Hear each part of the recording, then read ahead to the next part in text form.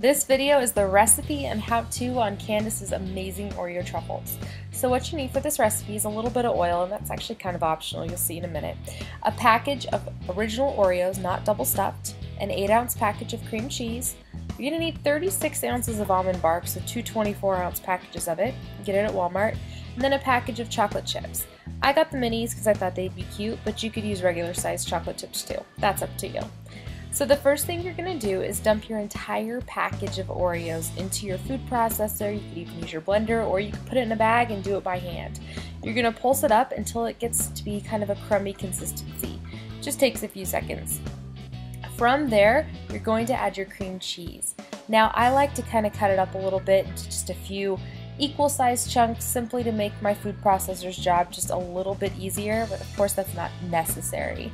So as soon as you get it all mixed up, you're going to want to make sure it's fully, mixed through. You don't see any more chunks of the cream cheese, and it'll look like this. You'll have this type of a consistency.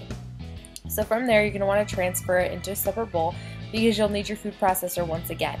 Now, you could do this by hand, you could cut it up, but you're going to need half of your 24-ounce package of almond bark, so 12 ounces of almond bark. And you just want to either cut it up into small pieces or cut it up into large chunks like this and then throw it in your food processor. But basically all you're going to be doing is getting it to be, finer so that you can mix it into your Oreo batter. So you're going to just mix it all together until you got it good and mixed, and then you're going to want to check it, and you'll see here in just a second. You can see kind of how my chunks are a little bit bigger. I don't necessarily want them that big. You could definitely leave them that big. If you want them smaller, just throw the dough ball back into your food processor and let it go a little bit so you have finer chunks. This is the way that we like them. You could do it however you like.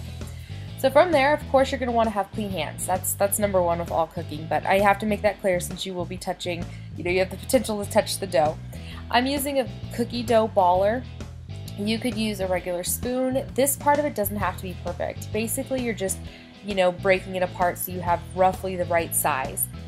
From there, you're going to throw these in the freezer. You'll probably leave them in the freezer for about 30 minutes or so, but you want them to firm up a little bit so that they're not, so flat and like limp basically. You're going to want to be able to have them stay, a ball. Now you're going to mix an entire package, so 24 ounces of the white chocolate or the almond bark in your pan. You could use the microwave and just check it frequently. I don't have one, so I'm using the stove. You could also do the double boiler method. Boiling method, where you put some water in your pan, you put a bowl on top, and you mix it so it doesn't burn, or you can just stay on top of it and keep mixing it. Once they're out of the freezer, they're obviously going to be a little bit firmer, and you'll be able to work with them. So you'll be able to roll them up into a nice ball and do it that way. You can take a pretty ugly looking truffle and make it look pretty nice in just a matter of seconds. I mean, this is actually also a great job for your kids to help you out in the kitchen.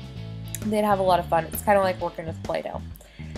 Once all your chocolate's melted and you have them perfectly balled, you're going to dip them into your white chocolate. I like to use just a couple of forks or a couple of spoons or whatever and mix them back and forth, and then kind of, drain off the excess and set them back down onto your cookie sheet.